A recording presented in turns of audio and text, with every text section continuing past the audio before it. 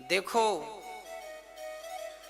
कोई धन को महत्व देता है तो धन नहीं छोड़ता, कोई स्त्री को महत्व देता है तो स्त्री को नहीं छोड़ता, कोई पुत्र को महत्व देता है तो पुत्र को नहीं छोड़ता। पर गोपियां पुत्र को महत्व ना देकर कृष्ण को महत्व दे रही थी, तो पुत्र तो छूट गया पर कृष्ण नहीं छूटा, क्योंकि महत्व कृष्ण का था। हमारे जीवन में हमने महत्व किसे दिया है? आपके जीवन में किसका महत्व है? ये तो आप अपने आप से पूछकर बताइएगा। भगवान का कितना महत्व है लोगों के भीतर आज। इसलिए कहता हूं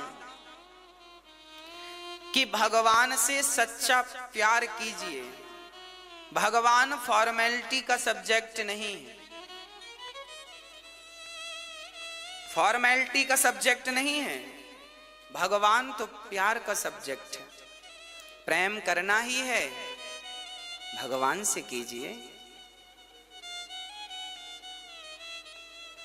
बहुत अच्छी से अच्छी सुंदर से सुंदर हीरोइन भी क्या उतने दिन तक चलती है जितने दिन तक मीराबाई चली? आप बहुत सुंदर हैं, आप बहुत धनवान हैं, तो आपकी सुंदरता और आपका धन कितने दिन तक याद किया जाएगा? 10 साल, 20 साल, 100 साल, 200 साल? 200 साल पहले विश्व सुंदरी कौन थी किसी को ज्ञात ही नहीं है। 200 साल पहले धन सबसे ज्यादा किसके पास था ज्ञात ही नहीं है। पर मीराबाई का भगवत प्रेम तो हजारों साल बाद भी याद किया जाएगा। आप ये याद रखिए कि ना तो धन की कोई कीमत है, ना तो स्वरूप की कोई कीमत है। यदि कीमत है तो भगवत प्रेम की कीमत है। इसलिए भगवत प्रेम कीजिएगा। भगवान से प्रेम हो गया तो वह प्रेम आपको अमर बना देगा। जैसे मीराबाई अमर हो गई, हमारे बाद और भी लोग आएंगे तो वह मीराबाई की कथा सुनाएंगे और आप जैसे लोग श्रोता उन्हें सुनेंगे। हमारे बाप दादों ने भी मीरा के बारे में सुनाया था, लोगों ने सुना था। अब वो नहीं रहे, अब हम हैं, हम भी मीराबाई के बारे में सुनाते हैं, आप सुनते हैं। जब आप और हम नहीं रहेंगे तब भी मीराबाई अमर रहेगी, तब भी मीराबाई रहेगी, तब भी मीराबाई का चरित्र रहेगा। तो धन ने कितने दिन तक याद किया है? धनवान को कौन याद करता है? कितने दिन तक याद करेगा? धन वाले उतरते चढ़ते रहते हैं। आज ये टॉप 10 में गया तो कल कोई और टॉप 10 में चला गया। हाँ, जो कल टॉप 10 में था आज वो 0 में आ गया। होता है, शेयर मार्केट ऐसे ही चलता है। जो पूरी दुनिया के 10 टॉप 10 थे ना, उनमें से एक फिसल गया। लो, तो ये तो उतरते चढ़ते वाले हैं, इनका तो कल का भरोसा नहीं कि ये कल टॉप 10 में रहेंगे कि नहीं। पर मीराबाई तो कब से टॉप 10 में है, कब से है। इसलिए अपने आप को भगवान से जोड़कर अमर कर लीजिए। धन कमा करके तो आज तक कोई अमर हो ही नहीं सका। याद रख, सिकंदर के हौसले तो वाली थे, जब गया जमी से तो दोनों हाथ खाली थे। धन कमाना अच्छी बात है, उतना ही धन कमा लेना जितने से तुम्हारी जरूरतें पूरी हो जाएं। बाकी समय अपने कल्याण में लगाना। जीवन में जो जरूरतें हैं उतना धन तो सबके पास होना चाहिए। रोटी, कपड़ा, मकान, शिक्षा, इतना धन तो सबके पास होना चाहिए। भगवान करे आपके घर रोज मालपुआ बने, भगवान करे आपका घर बढ़िया सुंदर सा हो, बढ़िया कोठी हो, बंगला हो, आपके घर में गाड़ी हो, आपकी इच्छाएं हैं तो महंगे से महंगे आप वस्त्र पहनो, कपड़े पहनो। ये सामान्य इच्छाएं भगवान सबकी पूरी करते हैं और हो भी जाती हैं जैसे तैसे। ये जरूरतें हैं। अब आते हैं हम इच्छाओं की तरफ। तो इच्छाएं तो सिकंदर की पूरी ना हो सकी, तुम्हारी हमारी क्या पूरी। देखिए, जरूरतें तो रिक्शा वाले की भी पूरी हो जाती हैं, पर इच्छाएं तो सिकंदर जैसों की भी अधूरी रहती है। रावण भी जब मरा था तो उसकी भी कुछ इच्छाएं अधूरी थी। रावण की इच्छा थी कि वो स्वर्ग तक सीढ़ी बनाएगा। रावण की इच्छा थी कि सोने से खुशबू उत्पन्न करेगा, और रावण की इच्छा थी कि आग जलेगी जिसमें धुआं नहीं निकलेगा। रावण की 3 इच्छाएं रह गईं अधूरी। पहली इच्छा, रावण स्वर्ग तक सीढ़ी बनवाने वाला था कि लंकावासी सीधा स्वर्ग जाएं चढ़ के। दूसरी इच्छा, रावण धुएं से परेशान था, रोटी बनती थी ना तो धुआं निकलता था, उसके सारा सोना काला पड़ जाता था, रसोई घर का सोना उसकी चमक काली पड़ जाती थी धुएं से। तो रावण बोला, सुनो मैं तपस्या करूंगा और वरदान मांगूंगा कि आग से धुआं ना निकले। ये दूसरी इच्छा। और तीसरी इच्छा थी कि सोना की लंका थी उसकी, सोने की, उसे लगा कि पूरी लंका से खुशबू आनी चाहिए, गोल्ड से। असली सोना कैसे पता चलेगा? बोले खुशबू से पता चल जाएगा। ये रावण की इच्छा थी। रावण की जरूरतें नहीं थी, ये रावण की क्या थी? हाँ जी, जरूरतें तो रिक्शा वाला भी पूरी कर लेता है, पर इच्छाएं तो रावण जैसों की अधूरी रह गईं। इच्छाएं सिकंदर जैसों की, याद रख सिकंदर के हौसले तो वाली थे, जब गया जमी से तो दोनों हाथ खाली थे। इच्छाएं पूरी ना हो सकी, इसलिए आप अपनी सामान्य जरूरतें पूरी कर लीजिएगा। जो बिहारी जी दें सुख से रहो। अभिमान किसी का हो सर्वनाश करेगा, चाहे धन का हो, पद का हो, सुंदरता का हो, कुछ भी हो, XYZ कुछ भी हो, आपका अभिमान आपका क्या करेगा? सर्वनाश करेगा कि नहीं? पतन करेगा। इसलिए मेरी मां, इसलिए पतन से बचना हो, अभिमान ना कीजिएगा किसी चीज का। आप अपने ही घर में रहते हैं, यह भी एक अभिमान है कि यह घर मेरा है। यह भी एक अभिमान है कि यह घर मेरा है। यह भी एक अभिमान है कि यह बेटा मेरा है। यह भी एक अभिमान है कि ये बेटी मेरी है। यह भी एक अभिमान है कि ये फैक्ट्री, ये दुकान, ये बिजनेस, ये कारोबार मेरा है। यह भी एक अभिमान है ये खेत जमीन जायदाद मेरी है। यह भी एक अभिमान है कि यह हाथ मेरा है। यह भी एक अभिमान है कि मैं अनिरुद्धाचार्य हूं। अभिमान के अंतर्गत ये सारी चीजें आती हैं। तो फिर अभिमान कैसे मिटाएं? इस अभिमान को बहुत सरल है। ये घर भगवान का है। हे प्रभु, हम तो आपके घर में किराए से रहते हैं, हम तो भगवान के किराएदार हैं। हम घर के मालिक नहीं। हम किसके घर में रहते हैं? अपने नहीं। जोर से मेरी माँ। आपने कहा होता भगवान के तो आप सही थे। हमने पूछा आप में से कितने लोग अपने अपने घर में रहते हैं? अपने घर में। हाँ, हम रहते, हमारी घर है, हमारी घर है, हमारा। लो, ये अभिमान है कि ये घर मेरा, ये बेटा मेरा है। ये भी अभिमान है। इसलिए मत कहो कि ये घर मेरा, मत कहो बेटा मेरा, सब कहो तेरा। भी समझाए थे इतनी देर तक, लेकिन कहां पल्ले पड़ रहा है। सब समझा चुके हैं, सब तेरा।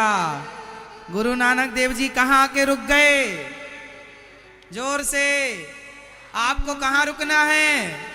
ये जिंदगी की भाग दौड़, दौड़ते रहो, दौड़ते रहो। कोई सीमा नहीं है, कोई अंत नहीं है इस दौड़ का।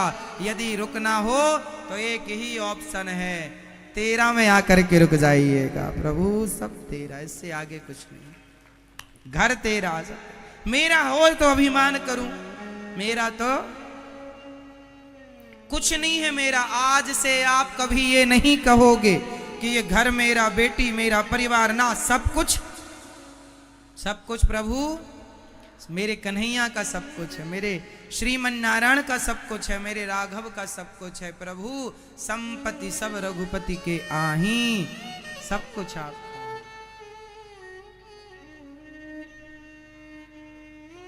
फिर क्या हो जाएंगे आप? अभिमान से शून्य हो जाएंगे।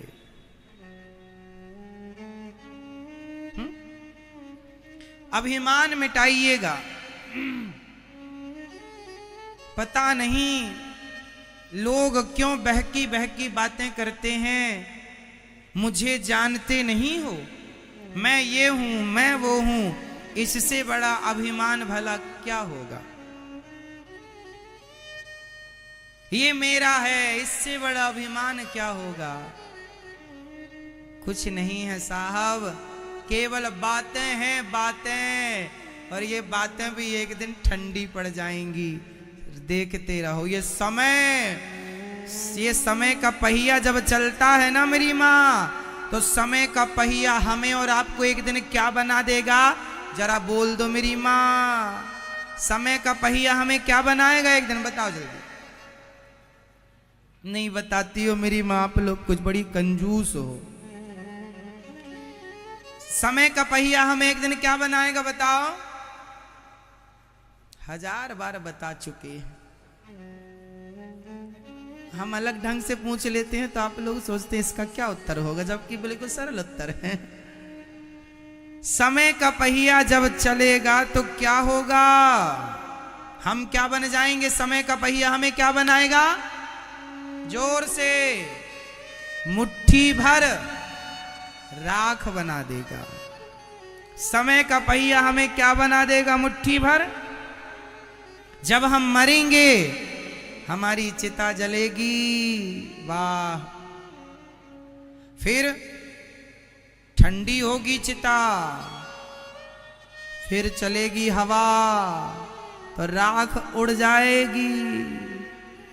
बच्चे लोग जाएंगे, कुछ लोग जाएंगे, रिश्तेदार परिवार, घड़ा लेकर छोटा सा 50 रुपए वाला, और सारी राख समेट समेट के कुछ हड्डियां वड्डियां भी ढूंढेंगे, काद मिल जाए, सब ढूंढ ढांड के डालेंगे घड़े में, और चल रही हैं अस्थियां। लो भैया, कल तक बड़ी गाड़ी में चलता था, बड़े महलों में रहता था, आज मुट्ठी भर क्या बन गया?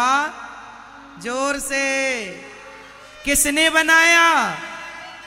मुट्ठी भर राख आप में से कौन कौन बनेगा ये बता दो मुझे। अरे सब बनेंगे, ये मैया नहीं बनेंगी।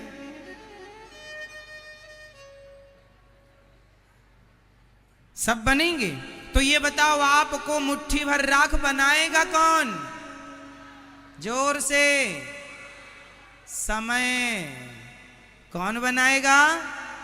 समय का पहिया जब चलता है तो समय ने आपको जन्म दिया, समय से आप जवान हुए, समय से बूढ़े हो गए, और समय ने मार डाला, समय ने राख बना दिया। समय जहां की तहां है, पर ये समय सबको पीस रहा है। जैसे जैसे जैसे चक्की गेहूं को पीस रही है, ऐसे समय हमें और तुम्हें पीस रहा है।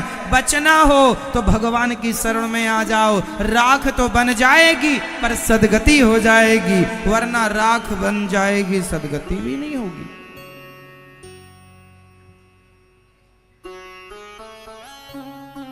तो हमारा शरीर एक दिन क्या बनेगा? मुट्ठी भर राख। जब राख बनना ही है तो फिर हम अभिमान किसका करें? क्या राख का अभिमान करें? जो लोग घमंडी हैं, अभिमानी हैं, उनको बता दो पगले, समय का पहिया अब तेरी तरफ आ रहा है, राख बनने की तैयारी में लग। और ये अभिमान किस बात का? रावण जैसे लोग राख बन गए साहब। रावण का भी तो अंतिम संस्कार किया था विभीषण जी ने। रावण जैसे लंका के राजा, जिनके नाम से देवता थर थर कांपते थे, वो रावण राख बन के ना जाने कहां उड़ गया। राज राजे रहे ना वो रानी रही, ना बुढ़ापा रहा ना जवानी रही, वस्तु हर एक आनी व जानी रही, अंत में लखपति को ना धेला जुड़ा, हंस जब भी उड़ा। अकेले जाने के लिए तैयार रहना, घमंड ना करना। 2 पैसे भगवान ने दे दिए तो उसमें भगवान का धन्यवाद करना, सरल बन जाना, नम्र बन जाना, अभिमानी मत बनना।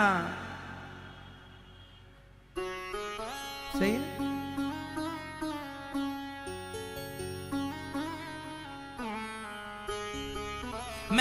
इसलिए मैं ज्यादा बड़ी बातें नहीं करता। ये दास अनिरुद्ध है ना, मैं समझता हूं कि मैं एक दिन राख बनूंगा, इसलिए घमंड किसका करें, अभिमान किसका करें। हमारे पास घमंड करने के लिए कुछ है ही नहीं। आप लोगों के पास शायद कुछ होगा, उसका घमंड है आपको, पर हमारे पास तो घमंड करने जैसा कुछ नहीं। इसलिए हम घमंड नहीं करते, अभिमान नहीं करते। क्यों मेरी मां? क्योंकि हमारे पास कुछ है ही नहीं। आप में से कितनों के पास घमंड करने के लिए कुछ है आपके पास कुछ? ऐसा क्या है आपके पास जिसका आप घमंड कर सकते हैं? अभिमान।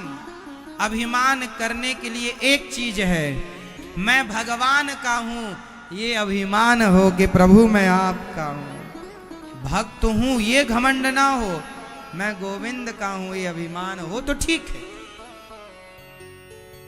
पर मैं ये पैसा धन दौलत हीरे मोती कुछ काम ना आएगा साहब। खाया पिया अंग लगेगा, दान दिया संग चलेगा, और बच्चे खुचे में जंग लगेगा। बोलो राधे राधे। तो अभिमान के पहाड़ में यदि चढ़े हो तो आज ही उतर आना शाम तक। भगवान ने कुछ पैसे कौड़ी दे दिए तो जरा घमंड। कुछ लोग ऐसे ऐसे चलते हैं, छाती फुलाकर, 2 पैसे क्या मिल गए। इनसे कह देना समय का पहिया अब तुम्हारी तरफ बढ़ रहा है। 50 रुपए वाला घड़ा खरीद के रख लो, देखते रहा करो, एक दिन अपने को इसके अंदर आ जाना है। अभिमान भरा जीवन ना जिया करो, मुट्ठी भर राख बन जाना है, इस बात को याद रखा करो। बचेगा कोई नहीं, रहा कौन? राज राजे रहे, ना वो रानी रही, ना बुढ़ापा रहा ना जवानी रही, वस्तु हर एक आनी व जानी रही, अंत में लखपति को ना धेला जुड़ा, हंस जब भी उड़ा तो। ताजी भोजन बने के बने रह गए, कोठी बंगले खड़े के खड़े रह गए, हीरे मोती जुड़े के जुड़े रह गए, अंत में लखपति को ना धेला जुड़ा, हंस जब भी उड़ा अकेला उड़ा।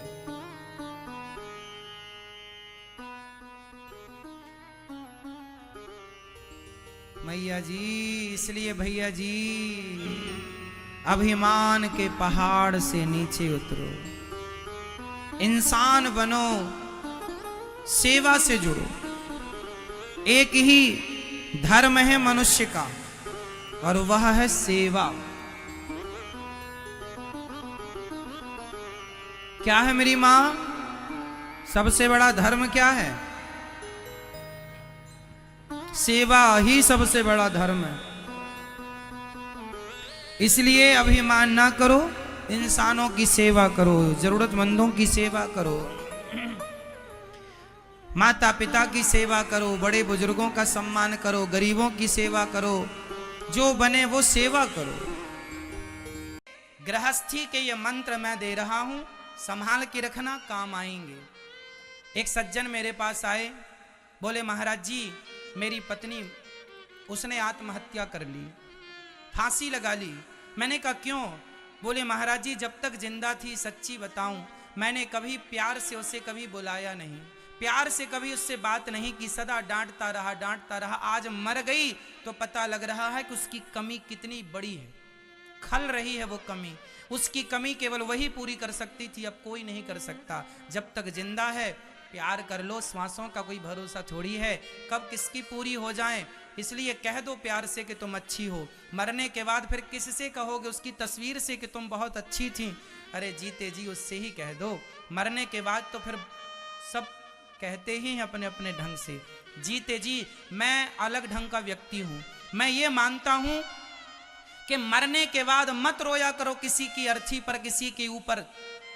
मरने के बाद ना रोइए, अरे जब तक वो जिंदा है प्यार से उसे सुकून दीजिए, सुख दीजिए, उसकी होठों पे मुस्कान दीजिए। अरे जिंदा हूं तो प्यार बांट लो, प्यार दे दो। मरने के बाद आंसू तो दुश्मन भी बहाएंगे, मरने के बाद रोने वालों की कमी थोड़ी होती है। जो हमें कभी मोहब्बत की नजर से देखते भी ना थे, वह भी आज रोने के लिए आएंगे, वह भी मेरे जनाजे में जाएंगे। अर्थ क्या है, मेरे मरने पे तो देश जमाना रोएगा ही रोएगा। जब तक मैं जिंदा हूं तो प्यार कर लो, प्यार से कह दो, प्यार से बोल लो। माँ है, माँ से प्यार कर लो, पांव दबा दो, माँ के होठों पे मुस्कान ले आओ। मर जाएगी तो उसकी तस्वीर को छाती से लगा के तो औलाद रोती ही है, पर जिंदा थी तो तुमने कितनी सेवा की। तस्वीर छाती से लगा के रोने से कोई सच्चा बेटा नहीं होता। जब तक माँ जिंदा होती है उस माँ की सेवा तुमने की होगी, और माँ की आंखों से आंसू खुशी के आए होंगे कि वाह भगवान, मेरे बेटे जैसा भगवान सबको बेटा देना, तब तुम्हारा बेटा होना सफल हो जाएगा। रोने से कोई तुम सच्चे बेटे ना कहलाओगे कि तुम अच्छे सच्चे बेटे हो। लेकिन हमारे भारत में रिवाज उल्टा है। यहां बहुएं सास की सेवा, जिंदा सास है, बहुत सारी बहुएं तो अपनी सास की सेवा अच्छे से करती हैं, खूब ख्याल रखती हैं। उन बहुओं को तो मैं प्रणाम करता हूं और उन बहुओं की चरण धूली तो माथे पे रखता हूं। लेकिन कुछ बहुएं ऐसी हैं जो अपनी सास को एक गिलास पानी और 2 रोटियां भी नहीं देती। बूढ़ी माँ अकेली बना के खाती है, पांव चलते नहीं, हाथ चलता नहीं, शरीर चलता नहीं, 2 रुपए की कमाई नहीं है, सरकार के वो वृद्धा पेंशन के भरोसे जिंदा है, 600 500 300 रुपए महीने के। उस पर क्या उसकी रोटियां पक जाएंगी? तुम अपनी मां को रोटियां नहीं देते, सासू मां को। और जब सास मर जाती है तो वही बहुएं जो गिलास पर पानी नहीं देती थी, वही फ्रंट में बैठ बैठ कर रोती हैं, सासू मां मर गई, सासू मां। काहे रो रही हो? ये नाटक किसे दिखा रही हो तुम? क्या भगवान जान नहीं रहा है कि तुम कैसी बहू हो? दुनिया वालों को बेवकूफ बना रही हो कि खुद बेवकूफ हो?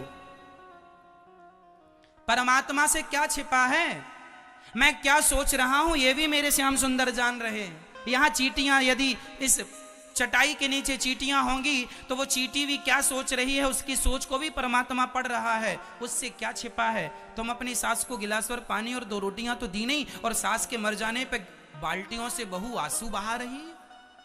इतना पानी ही पिला दिया होता तो कुछ दिन और जिंदा रह जाती तुम्हारी सास। केवल रोने के लिए बहुएं हैं। कुछ बहुएं इतनी चतुर हैं, फ्रंट में बैठ के रोती हैं, जहां आने वाले लोगों की सबसे पहली नजर बहू पे पड़े, ताकि लोगों को लगे बहुत प्यार करती थी। और कितनी चतुर बहुएं होती हैं, कई बार तो रोती रोती बहुएं बेहोश हो जाती हैं। ये वही बहुएं हैं, गिलास और पानी नहीं पिलाई और देखो बेहोश हो रही, कितनी बड़ी नाटकबाज है ये। तुम्हें क्या लग रहा कोई देख नहीं रहा? परमात्मा तुम्हें कोड़े और मारेगा इस बात के कि तुम रो रही उल्टा। सेवा तो की नहीं हो तुम, पानी तो तुमने पिलाया नहीं, पांव तो तुमने दबाए नहीं, और रोने के लिए खूब। इतना नाटक ना किया करो, दिखावा बिल्कुल नहीं, रियल सब चीजें अच्छी होती हैं। किसी के मरने में ना रोइए ना, मैं कहता तो हूं किसी के मरने में ना रोइए, मत रोइए मरने में। जिंदा है तो उसका सपोर्ट कीजिए। क्यों जी? रोना अच्छा है कि जीते जी उसका सपोर्ट सहयोग करना अच्छा है, उसकी होठों पे मुस्कान देना अच्छा है। मरने के बाद रोने लगे, कौन सा तुम्हारा बड़प्पन है ये? कौन सी समझदारी है ये? सवाल ये खड़ा नहीं होगा कि तुम कितना रोए मरने के बाद, जमाना ये पूछेगा कि तुमने जीते जी कितना सहयोग किया था, कितना सपोर्ट किया था उस व्यक्ति का। जनाजा उठाने के लिए बहुत लोग आएंगे, लेकिन जब मैं उठ रहा होऊंगा, तरक्की कर रहा होऊंगा, तो लोग पांव पकड़ पकड़ के खींचते। जब तुम्हारे सहारे की जरूरत थी तब तो तुम मुंह दिखाए नहीं, अब जनाजा उठाने चले आए। क्यों झूठी जिंदगी जीते हो मेरे भाई? क्यों नहीं सच्ची जिंदगी जीते? क्यों दिखावे में चल रहे हो? लोग कहते हैं लोग क्या कहेंगे, जमाना क्या कहेगा। अरे जमाना केवल यही कहेगा कि राम नाम सत्य है, राम नाम सत्य है, यही कहता है। इसलिए जमाने की परवाह ना किया करो। मैं परवाह नहीं करता कि आप क्या कहेंगे मेरे बारे में। जो कहना है साफ साफ कहता हूँ, सच्ची बात कहता हूँ, जो महसूस करता हूँ वो कहता हूँ। रियल जिंदगी को, रियल रिश्तों को, रियलिटी में ज्यादा आनंद है, दिखावे में आनंद नहीं है। क्यों जी? रिश्तों में दिखावा ना हो, रियलिटी हो, प्यार हो, मोहब्बत हो, सच्चा प्रेम हो। मां से सच्चा प्यार करो, मां की सेवा करो, पत्नी से सच्चा प्यार करो, पत्नी का ख्याल रखो, पति से सच्चा प्यार करो, बच्चों से प्यार करो और बच्चों को केवल प्यार नहीं संस्कारी बनाओ, संस्कारी बनाओ। रिश्तों की गंभीरता को समझो। आज जो रिश्ता तुम्हारे बगल में है, पास में है, कल रहेगा नहीं, इसकी कौन गारंटी लेगा? इसलिए रिश्तों को जिया करो। छोटी छोटी बात में आप नाराज हो जाते हैं, गुस्सा हो जाते हैं, बातों में कोई दम नहीं होती। कसमें, वादे, प्यार, वफा सब बातें हैं, बातों का क्या? कोई दम नहीं है बातों में। लेकिन आप लोग क्या करते हैं? राई का पहाड़ बना लेते हैं। कहावत सुनी आपने, राई का पहाड़? राई जानते हैं? सरसों के दाने को राई कहते हैं। राई का पहाड़। जरा पत्नी की जरा सी बात का आपने पहाड़ बना दिया, पति की जरा सी बात का पहाड़ बना दिया। अरे झगड़े में उलझना अच्छा नहीं है। झगड़ा उठे तुरंत उसे खत्म कर दो। एक पत्नी ने अपने पति से कह दिया तुम जानवर हो। आपने तो नहीं कहा था, नहीं। एक पत्नी ने अपने पति से कहा तुम जानवर हो। उसका पति बहुत पॉजिटिव था। उसका पति ने कहा ठीक कहती हो, मैं जानवर हूं, तुम मेरी जान, मैं तुम्हारा वर बराबर जानवर, जान प्लस वर बराबर जानवर। यदि लड़ाई झगड़ा नहीं करना तो इसके बहुत रास्ते हैं, और लड़ाई झगड़ा करना है तो भी बहुत रास्ते हैं। अब आपको देख लो कि कैसी जिंदगी जीना है। रास्ते तो गुजारने हैं, चलना है ही हमें। हंसते हंसते चलो या रोते रोते चलो, मर्जी। इसलिए मैं कहा करता हूं खुश रहा करो, खुश रहा करो, हर हाल में प्रसन्न रहा करो। जीवन का सबसे मूल मंत्र है प्रसन्न। इस धरती में आप जो भी कर रहे हैं सब प्रसन्नता के लिए कर रहे हैं, और सब करके भी प्रसन्न नहीं हुए तो सब करने का अर्थ क्या? इसलिए हमेशा हैप्पी रहो। बोलो घी, असली बोलो, मैया डालडा ना बोलो, देसी घी बोलो, घी। ऐसे ऐसे बोलो, ही। ऐसे हंसते रहा करो, मुस्कुराते रहा करो। आज पति बहुत डांट रहा हो ना तो पत्नी को अकेले क्या करते रहना चाहिए? घी घी घी घी घी घी घी घी घी घी। आज पति का दिमाग खराब है तो हंसती रहो, कोई बात नहीं, आज भूत चढ़ा इसके ऊपर, उतर जाने दो। अच्छा, जब पति गुस्से में रहा करे ना तब पत्नी बोला ना करे। लेकिन गड़बड़ कहां हो जाती है जानते हो? आप अपने क्रोध पर कंट्रोल नहीं कर पाते। रहना आपको ही साथ में है जिंदगी भर, लेकिन जब आप लड़ाई करते हैं ना तो ऐसा लगता है कि आप एक दूसरे के जानी दुश्मन हैं। एक दूसरे के जानी, ऐसा लगता है वो उसका खून पी जाएगी, वो उसका खून पी जाएगा। ये पल भर का क्रोध क्यों भैया? क्या ये क्रोध से तुम्हारा जीवन गुजर जाएगा? जीवन प्यार से गुजरना है, प्रेम से गुजरना है। इसलिए क्रोध जो है तुम्हारा सबसे बड़ा दुश्मन है। पति पत्नी के प्रेम को भी ये क्रोध अलग कर देता है, इसलिए तुम्हारा दुश्मन हुआ कि नहीं? क्रोध हम सबका दुश्मन है या नहीं? हाँ या ना में जवाब दो। तो फिर क्रोध जब दुश्मन है तो इस दुश्मन को आप चाहे जब क्यों बुला लेते हैं? इसलिए पति गुस्से में है तो आज पत्नी अपने संस्कारों का ख्याल रखे। समझा रहे हैं, समझ का ख्याल रखो, चुप रहो, कोई उत्तर ना दो, पति ठंडा हो जाए तब बात कर लेना। आज पत्नी बड़ी गुस्से में है तो पति बिल्कुल चुप रहे। हाँ हाँ तू ही बोल, हम सुनेंगे। सुन लो, एक जन बोले दूसरा सुने, चुप रहो, थोड़ी देर चुप रह ली करो भैया, बोलने दिया करो उसको, जो बोल रही है बोलने दो, उसकी मर्जी है। और बोलने का क्या है, कुछ भी बोल दे आदमी, कल तुम्हें एक होना ही है। पति पत्नी के झगड़े में जो तीसरा बोलता है सबसे बड़ा मूर्ख वही है। पति पत्नी के झगड़े में तीसरे आदमी को कभी बोलना नहीं, जो बोले वो मूर्ख। गुदने से गुदवा दो उसके माथे पे, यही मूर्ख है। टैटू बनवा दो मूर्ख का। कई बार लड़की जरा सा झगड़ा करके मायके चली जाती है, और उसकी माँ भी एक नंबर की। उसकी माँ मतलब जो झगड़ा करके गई है व्यर्थ का, उसकी माँ को बोल रहे हैं, सबकी माँ को नहीं, है ना। उसकी माँ भी बेवकूफी का परिचय देती है। हाँ बेटी तुम आ जाओ, हमारे पास खाने की कमी है क्या, आ जाओ यहीं रहना मायके में, और हम दामाद जी से बात करेंगे। क्यों दामाद जी, आपने हमारी बेटी को जरा सा भी सुख नहीं दिया। पति समझा रहा, सासू माँ वो जरा सी बात पे लड़के चली गई है। अरे हम सब जानते हैं तुम कितने गहरे पानी में हो। लो भैया, ये सासू माँ और घी डाल रही है आग में। स्वाहा, बेटी का सुख स्वाहा, बेटी का पति स्वाहा। बेटियों का घर बर्बाद करने में माताओं का बहुत हाथ होता है, मम्मी का, माँ का, सारी माओ का नहीं, 95% माओ का। क्या गलती होती है रिश्तों में, बताता हूं। बताओ किसके घर में झगड़ा नहीं होता, ये बताओ। ऐसा कोई घर है जिसके घर में झगड़ा ना हो?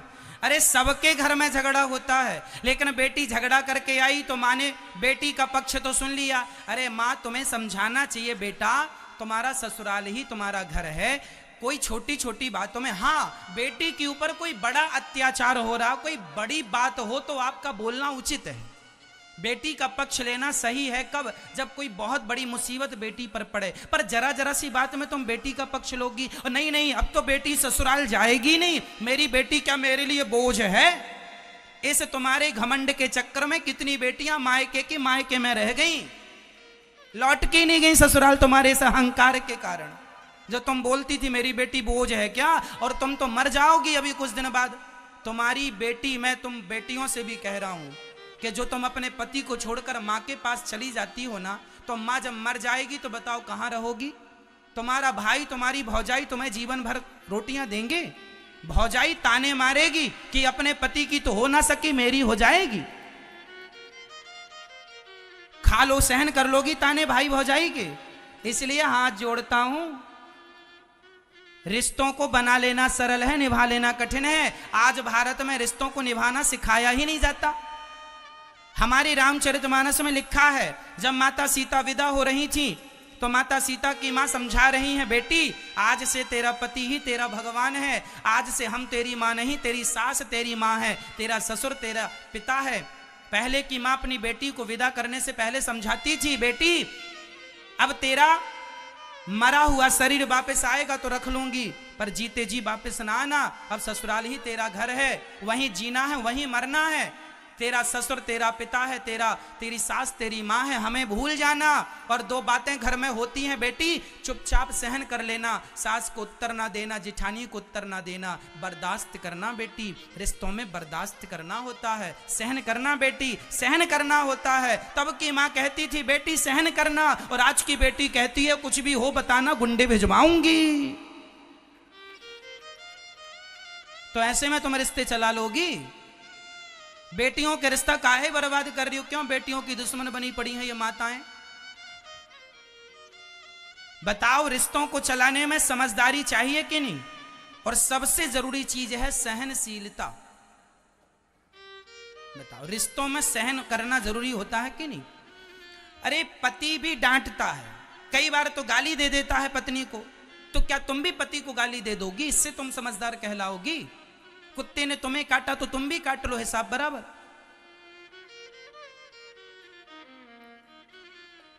मेरी मां, रिश्ते समझ से चलते हैं, गुस्से से नहीं। रिश्ते कैसे चलते हैं? समझदारी से। और सुनो, रिश्तों में सहनशीलता चाहिए। क्या चाहिए? जोर से बोलो, और जोर से बताओ, आप सहनशील हो या नहीं? पत्नी गाली देगी तो सहन करना पड़ेगा, पति गाली देगा सहन करना पड़ेगा, सास गाली देगी सहन करना पड़ेगा, ससुर गाली देगा सहन करना पड़ेगा। सह लोगी तो अच्छी पत्नी कहलाओगी, और बात बात में मुंह फुला के मायके आ जाओगी तो चाइना मॉडल कहलाओगी। ना तुम घर की रहोगी ना ही घाट की। इसलिए समझ लो, करोड़ों की बातें हैं ये। किसी भी यूनिवर्सिटी में ये नहीं पढ़ाया जाता तुम्हें जो हम पढ़ा रहे हैं, कहीं नहीं मिलेगा पढ़ने को आपको। सहन जरूरी है। एक पत्थर भी भगवान कब होता है? जब वह छेनी और हथौड़े की चोट को सहता है। एक पत्थर भी भगवान कब होता है? जब छेनी और हथौड़े की चोट को सहता है। जो पत्थर, एक पत्थर नारियल तोड़ा, एक पत्थर पर नारियल तोड़ा जा रहा था और एक पत्थर पर दूध दही चढ़ाया जा रहा था, तो जिस पर नारियल तोड़ा जा रहा था उस पत्थर ने पूछा, अरे भैया तुम भी पत्थर हो, हम भी पत्थर हैं, तुम पर लोग नारियल, तुम पर दूध चढ़ाते हैं, हम पर नारियल तोड़ते हैं। मंदिर में दो पत्थर होते हैं, एक नारियल तोड़ने के लिए और एक पूजा करने के लिए भगवान, दोनों ही पत्थर के हैं। तो नारियल तोड़ने वाले पत्थर ने कहा, यार तू भी पत्थर हम भी पत्थर, क्यों तुझ पर लोग दूध चढ़ा के तुझे प्रणाम करते हैं और हमें नारियल तोड़ते हम पर? तब मूर्ति ने कहा, भैया तुझे भी मूर्तिकार ने मूर्ति बनाने को उठाया था, पर तू छेनी और हथौड़े की चोट खाकर टूट गया, टूट जाने से तू नारियल तोड़ने के काम आ रहा है। और मैं उस मूर्तिकार की हर चोट, छेनी और हथौड़े की हर चोट को सहता गया। आंखों में उसने छेनी मारी, मैं सहता गया। गालों पर छेनी मारी, मैं सहता गया। अधरों पर छेनी मारी, मैं सहता गया। और जब हर चोट को सहा, मैं भगवान बन के पूज रहा हूं। जो पत्थर चोट खाकर टूट गया वह कंकड़ बन गया, और जो पत्थर चोट सह गया वह शंकर बन गया। बिना सहे तो पत्थर भी भगवान नहीं होता। तो तुम बिना सहे महान हो जाओगी या हो जाओगे? इसलिए जीवन में क्या जरूरी है मेरी मां? सहनशीलता। पति ने कुछ कह दिया, पत्नी ने कुछ कह दिया, बातों को दिमाग में रखो। मैंने एक दिन समझाया था, बातों को दिल से ना लगाया करो। हाँ या ना? तो आज से कौन कौन पति पत्नी प्यार से रहेंगे बिना लड़ाई झगड़ा? यदि आपने गलती की हो, लड़ाई झगड़ा चल रहा हो, तो सॉरी बोलिए अपनी पत्नी और अपने पति को। छोड़ो कल की बातें, कल की बात छोड़ो, कल की बातें, कल की बात पुरानी। नए दौर में मिलके लिखेंगे फिर से नई कहानी। मिलजुल के रहो भैया। जहां सुमति तहां संपत्ति नाना, जहां कुमति तहां विपत्ति निदाना। आप सभी पति लोग अपनी पत्नी को रोज आई लव यू बोलेंगे।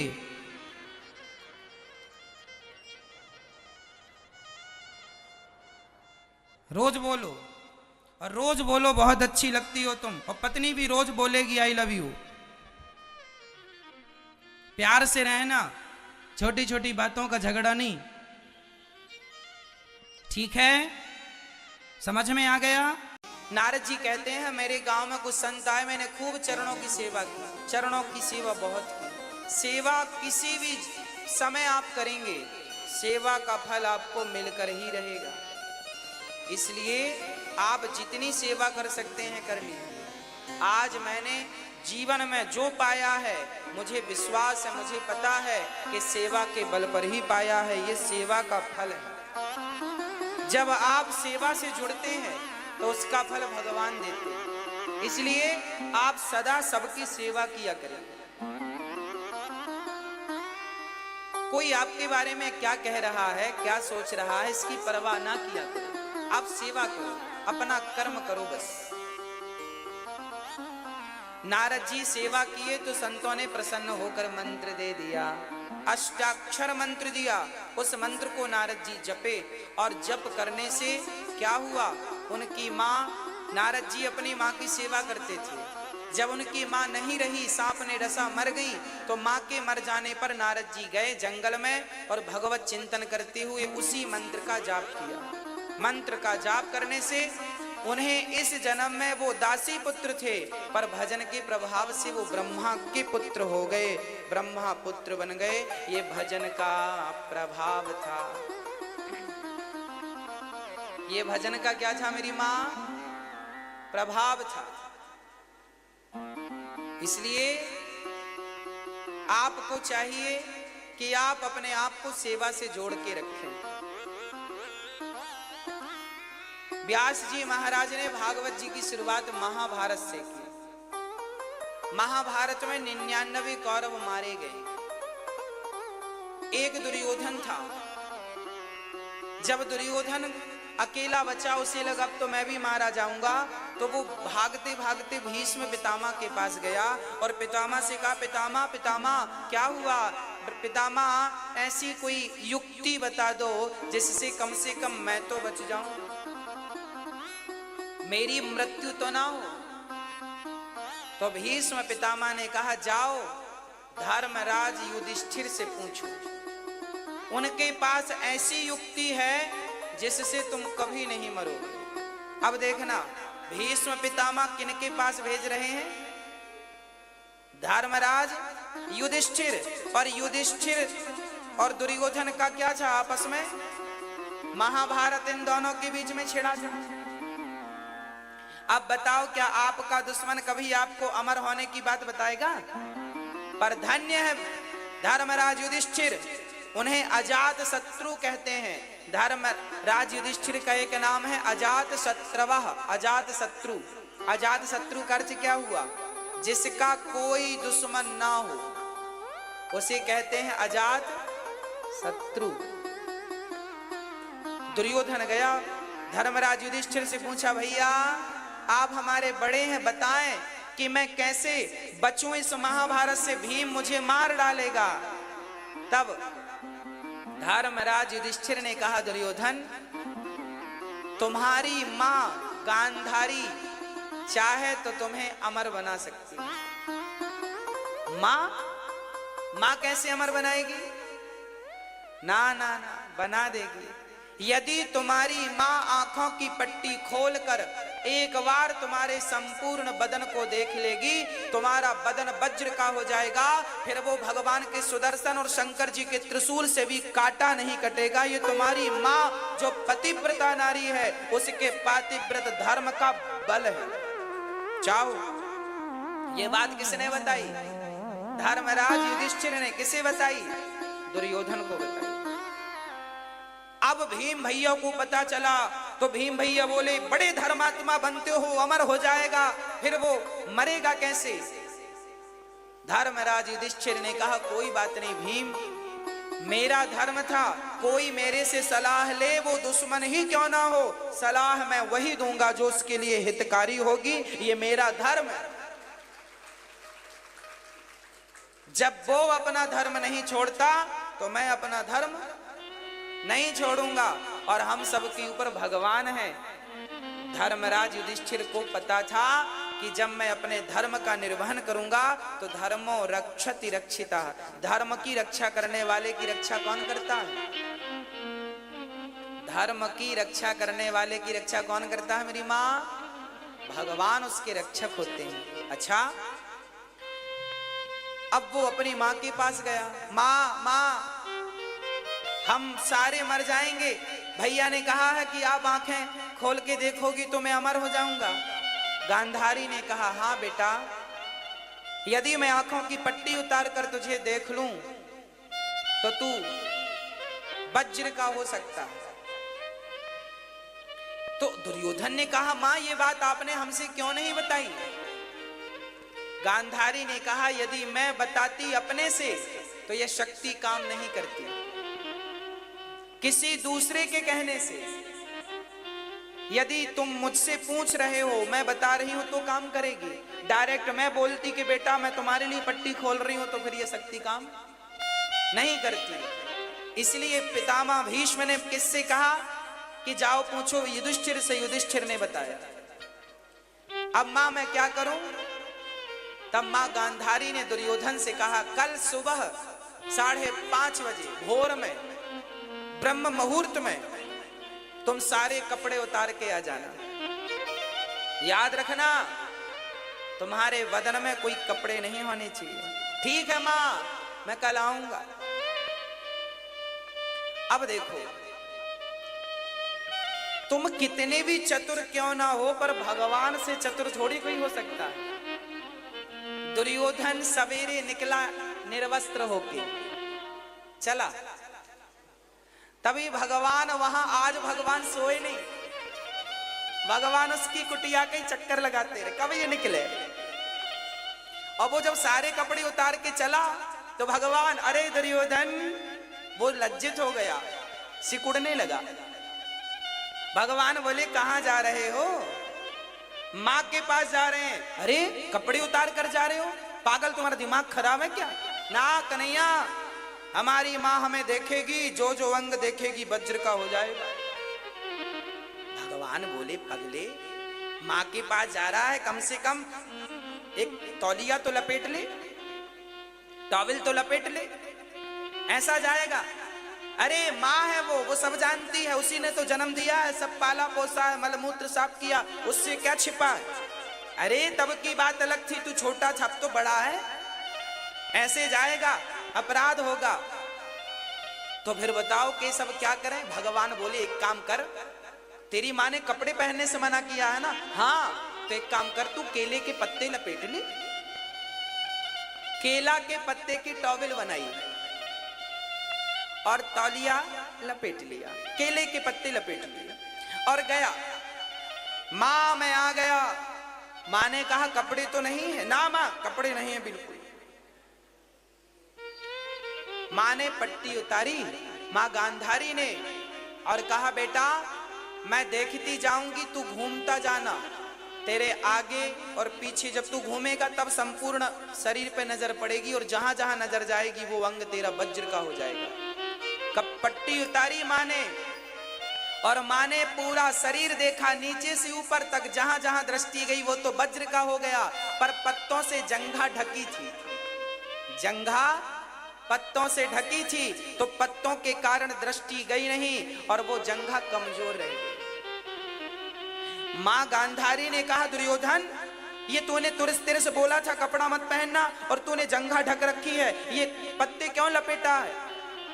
मां, वो कृष्ण मिल गए थे रास्ते में, उन्होंने कहा, अब गांधारी समझ गई, इसे कृष्ण ने मेरा सत्यानाश किया। एक बच जाता, उसको भी नहीं बचने दिया। तब गांधारी को गुस्सा आया और माता गांधारी ने श्राप दे दिया, जाओ कन्हैया, जैसे तुमने हमारे वंश को नष्ट कर दिया, जाओ मैं तुम्हें श्राप देती हूँ, तुम्हारी आंखों के सामने तुम्हारा भी सारा वंश नष्ट हो जाएगा। आपस में लड़के, जैसे हमारे बच्चे आपस में लड़के मर गए, इसलिए अंत समय 56 करोड़ यदुवंशी आपस में लड़के ही मरे थे, क्योंकि माता गांधारी का श्राप था।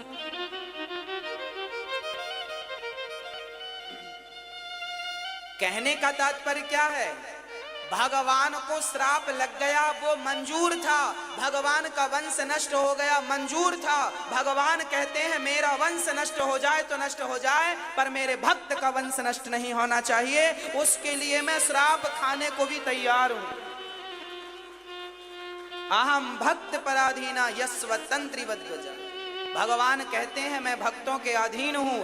गांधारी मां, यदि आपके श्राप देने से मेरा वंश नष्ट होता है, मुझे आपका श्राप मंजूर है, पर मेरा भक्त अर्जुन, वो मेरी शरण में है, उसका रथ मैं हाँक रहा हूं, उसकी क्षति नहीं होनी चाहिए।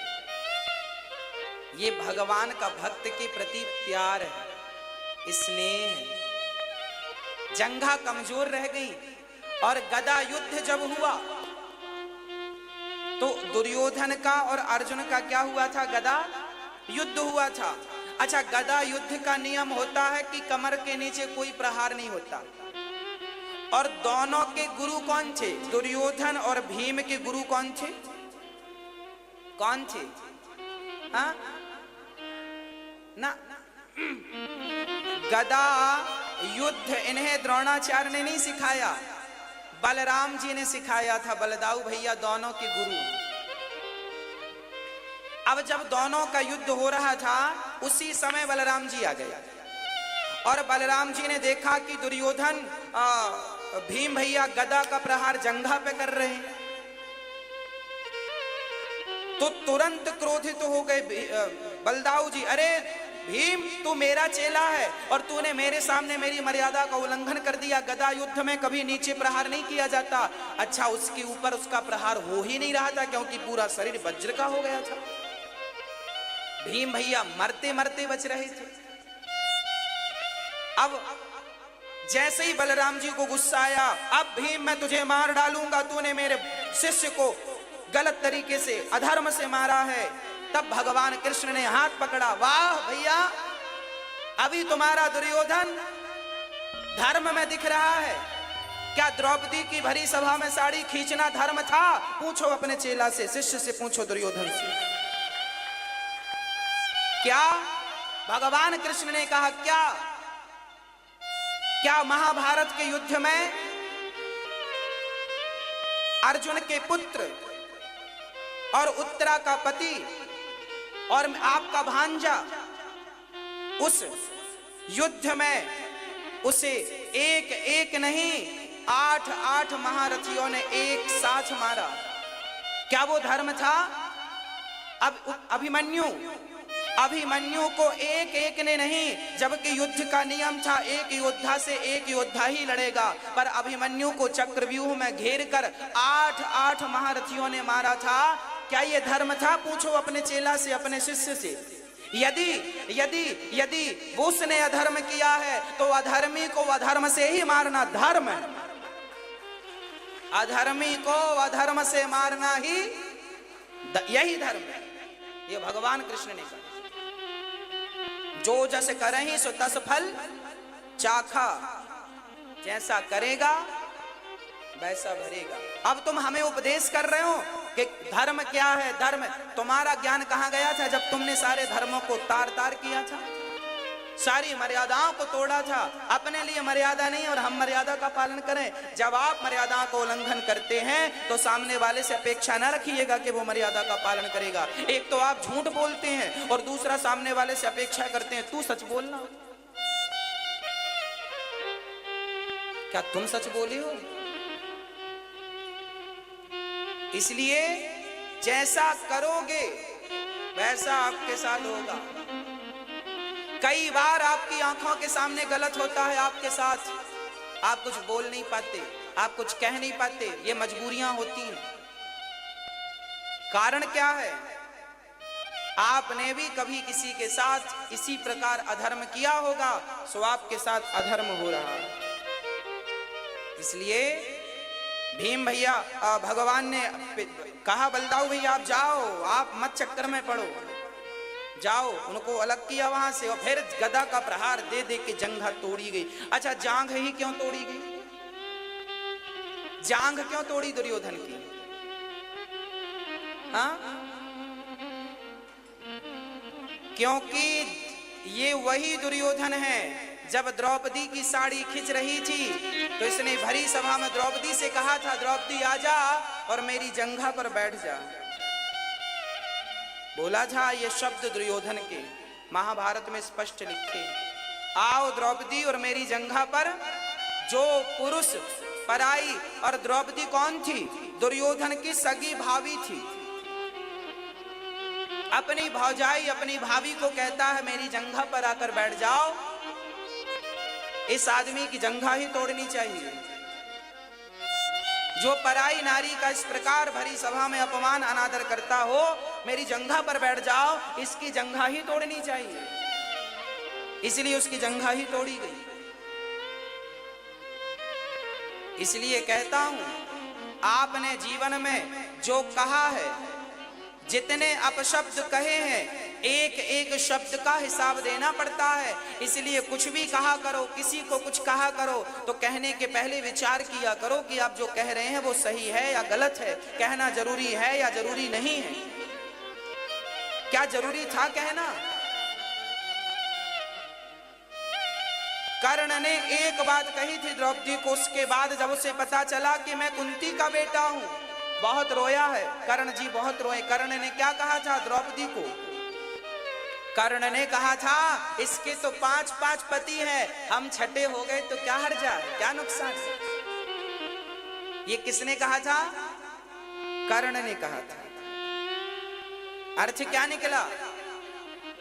कर्ण को अपने इन शब्दों पर बाद में बड़ा पश्चाताप हुआ था। जब इन्हें पता चला कि अर्जुन मेरा छोटा भाई है और युधिष्ठिर मेरा छोटा भाई है, बहुत रोए, हे भगवान मैंने क्यों द्रौपदी के लिए, वो मेरी बहू थी, मेरे भाई की पत्नी बहू है, वो मेरी बेटी की तरह हो गई और मैंने उसके लिए ऐसे अपशब्द कहे। बहुत पश्चाताप किया है, बहुत पश्चाताप किया है। कहने का तात्पर्य यह है, जीवन में ऐसे शब्दों का प्रयोग ना करना जिनको कहने के बाद आपको पश्चाताप करना पड़े। बहुत समय पहले की बात है। एक महान राजा के 2 पुत्र थे, राजकुमार विवेक और राजकुमार अहंकार। दोनों एक ही गुरु से शिक्षा लेते थे, एक ही महल में रहते थे, लेकिन सोचने का तरीका बिल्कुल अलग था। राजकुमार विवेक शांत, समझदार और जिज्ञासु था। वह हर बात को गहराई से समझने की कोशिश करता था और गलती होने पर तुरंत स्वीकार कर लेता था। वहीं राजकुमार अहंकार तेज, जल्दबाज और खुद को सबसे बुद्धिमान समझने वाला था। वह हमेशा दूसरों को नीचा दिखाने की कोशिश करता और अपनी बात मनवाने पर अड़ा रहता। गुरु की परीक्षा। एक दिन उनके गुरु ने कहा, तुम दोनों को मैं एक कठिन परीक्षा देना चाहता हूँ। तुम्हें 7 दिन के लिए अलग अलग दिशा में भेजा जाएगा।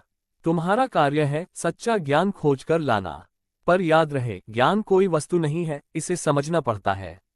दोनों राजकुमार अपनी अपनी दिशा में निकल पड़े। अहंकार की यात्रा। राजकुमार अहंकार एक सुनहरे महल में पहुंचा जहां एक नकली ज्ञानी बैठा था। वह बहुत चतुर था और लोगों को दिखावे वाले शब्दों से भ्रमित करता था। अहंकार उसकी बातों से इतना प्रभावित हुआ कि वही बैठ गया और बोला, आप ही सच्चे ज्ञानी हैं, मुझे भी अपना शिष्य बना लीजिए। उसने वही बातें रट ली बिना समझे। जब 7 दिन पूरे हुए तो वह मुस्कुराता हुआ वापस लौटा और बोला, गुरुदेव मैं सच्चा ज्ञान लेकर आया हूँ। विवेक की यात्रा। वहीं राजकुमार विवेक एक पहाड़ी गांव में पहुंचा। वहां लोग साधारण जीवन जीते थे, पर हर किसी में सहानुभूति, सम्मान और विनम्रता थी। विवेक ने वहां एक बूढ़े किसान से पूछा, बाबा क्या आप मुझे ज्ञान दे सकते हैं? बूढ़े ने मुस्कुराकर कहा, बेटा ज्ञान तो खेतों में, बच्चों की हंसी में, बूढ़ों की कहानियों में और अपने अनुभवों में छुपा होता है। जो जीवन को समझे वही ज्ञानी है।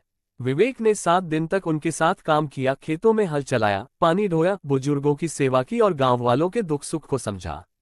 जब वह लौटा तो उसके चेहरे पर चमक थी, पर कोई घमंड नहीं। गुरु का निर्णय। दोनों राजकुमार गुरु के सामने खड़े थे। अहंकार ने अपनी बातें जोर जोर से सुनाई, कठिन शब्दों और दिखावे से भरी बातें। गुरु मुस्कुराए। फिर उन्होंने विवेक से पूछा, तुम क्या लेकर आए हो? विवेक ने कहा, गुरुदेव मैं कोई किताब नहीं लाया, कोई शब्द नहीं रट पाया, पर मैंने समझा कि सच्चा ज्ञान जीवन की सरलता में है। दूसरों को समझना, सेवा करना और खुद को जानना ही असली ज्ञान है। गुरु ने दोनों को देखा, फिर एक सवाल पूछा, अगर एक व्यक्ति सब कुछ पढ़ ले पर दूसरों की इज्जत ना करे तो क्या वह ज्ञानी है? अहंकार चुप हो गया। गुरु बोले, आज की परीक्षा का परिणाम स्पष्ट है। राजकुमार विवेक ने सच्चा ज्ञान पाया है अनुभव और विनम्रता से। और अहंकार, तुम्हारा ज्ञान केवल रटंत है, वह काम नहीं आएगा। न्याय और सीख। राजा ने फैसला किया कि राज्य का उत्तराधिकारी वही बनेगा जो सच्चे ज्ञान से राज्य चला सके। राजकुमार अहंकार को बाहर भेजा गया ताकि वह जीवन को समझ सके, और राजकुमार विवेक को युवराज बना दिया गया।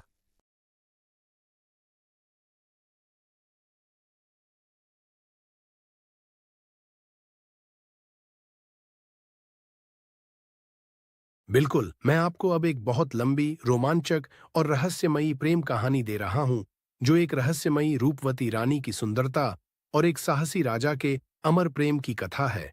इस कहानी में है सौंदर्य का रहस्य, श्राप, गुप्त महल, राक्षसी जादू और एक ऐसा प्रेम जिसने मृत्यु को भी हरा दिया। रूपवती, सौंदर्य का श्राप, एक शापित रानी, एक राजा और अमर प्रेम की रहस्यमयी कहानी। भाग 1। श्रापित सौंदर्य। बहुत समय पहले उत्तर की पहाड़ियों में बसा था एक छोटा सा राज्य, सौरघर, जिसकी रानी थी रूपवती। रूपवती का सौंदर्य स्वर्ग की अप्सराओं को भी लजाता था। कहा जाता था कि जो भी उसे देखता उसकी आंखों में बस वही चेहरा रह जाता, दिन रात सोते जागते।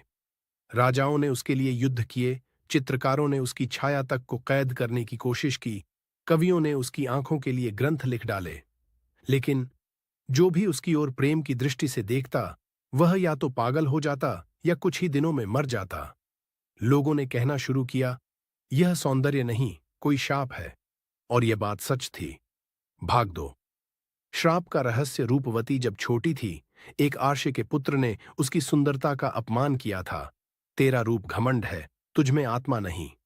वो अपमान इतना गहरा था कि उसने वर्षों तप कर चंद्रदेव से वर मांगा, मुझे ऐसा सौंदर्य दो जिसे कोई देखे तो उसे कुछ और याद ही न रहे। वर मिला, लेकिन एक शर्त के साथ, तेरी सुंदरता को कोई प्रेम करेगा तो उसका अंत निश्चित होगा। जब तक कोई तुझे बिना देखे प्रेम न करे, यह श्राप बना रहेगा। रूपवती ने शासन संभाल लिया, महलों में बंद हो गई, लेकिन एकाकी जीवन जीती रही। भाग 3। राजकुमार अर्णव की खोज। दक्षिण के राज्य नवदीप का राजकुमार अर्णव बचपन से ही सपने में एक ही चेहरा देखता था, एक स्त्री जिसकी आंखों में उदासी और होठों पर मौन था। जब उसने एक चित्रकार की किताब में रूपवती का चित्र देखा, वह स्तब्ध रह गया। ये वही चेहरा है जो वर्षों से मेरे स्वप्नों में आता रहा है। राजा ने मना किया, उसके पास गया तो मर जाएगा, पर अर्णव ने कहा, अगर वह मेरी मृत्यु है तो मैं उसे खुशी से गले लगाऊंगा। और निकल पड़ा वह, उस रानी को ढूंढने जिसे कभी किसी ने प्रेम नहीं दिया, सिर्फ पूजा की।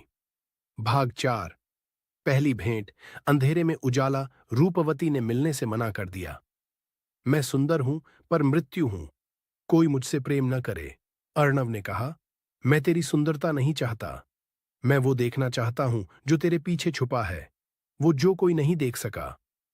रूपवती ने उससे मिलने की शर्त रखी, अगर तू मुझे प्रेम करता है तो बिना देखे मुझसे बात कर, मुझसे जुड़े, और अगर फिर भी तू बचेगा तो मैं मान लूंगी। यह प्रेम है। अर्णव ने उसकी आवाज, उसके विचार, उसकी उदासी को जाना। महीनों वे मिलते रहे, बिना देखे, सिर्फ बातचीत करते हुए। अर्णव ने उसे छुआ नहीं, देखा नहीं, बस समझा।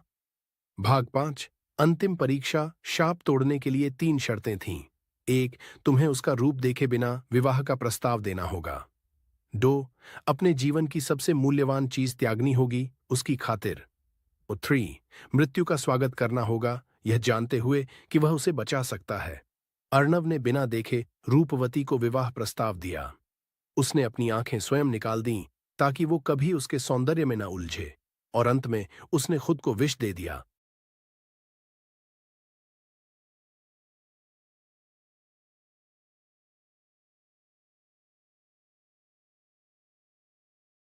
ताकि श्राप टूटे और रानी को मुक्ति मिले। भाग 6। श्राप का टूटना। जैसे ही अर्णव की सांसें थमी, रूपवती चीख पड़ी। उसने चंद्रदेव से प्रार्थना की, मैं अपनी सुंदरता छोड़ती हूं, पर इसे जीवन दो। मुझे घमंड नहीं चाहिए, बस प्रेम चाहिए। चंद्रदेव प्रकट हुए। श्राप तो तभी टूटता जब प्रेम सौंदर्य के बिना भी जीवित रहे। यह प्रेम वही है। तेरा रूप अब साधारण है, पर तेरा जीवन अब मुक्त है। अर्णव को जीवन दान मिला, और रूपवती अब सामान्य स्त्री थी, पर उसके हृदय में वह गहराई थी जो अब तक किसी ने न देखी थी। समापन। अमर प्रेम। अर्णव और रूपवती ने विवाह किया। उन्होंने एक मंदिर बनवाया, अनदेखा प्रेम, जहां आज भी प्रेमी युगल जाकर आंखें बंद कर प्रतिज्ञा करते हैं, तेरे स्वरूप से नहीं, तेरी आत्मा से प्रेम करता हूं। और कहते हैं, जो वहां जाकर सच्चे दिल से प्रेम मांगता है, उसे कभी धोखा नहीं मिलता। कहानी की सीख। रूप की पूजा विनाश ला सकती है, लेकिन आत्मा से प्रेम अमर होता है। श्राप तब तक श्राप है जब तक प्रेम में स्वार्थ है। जब प्रेम त्याग में बदलता है, श्राप भी वरदान बन जाता है। कैसी लगी आपको यह पूरी लंबी रहस्यमयी प्रेम कहानी? अगर आप चाहें तो मैं इसका अगला भाग भी बना सकता हूं, जहां अर्णव और रूपवती की संतान एक नई यात्रा पर जाती है।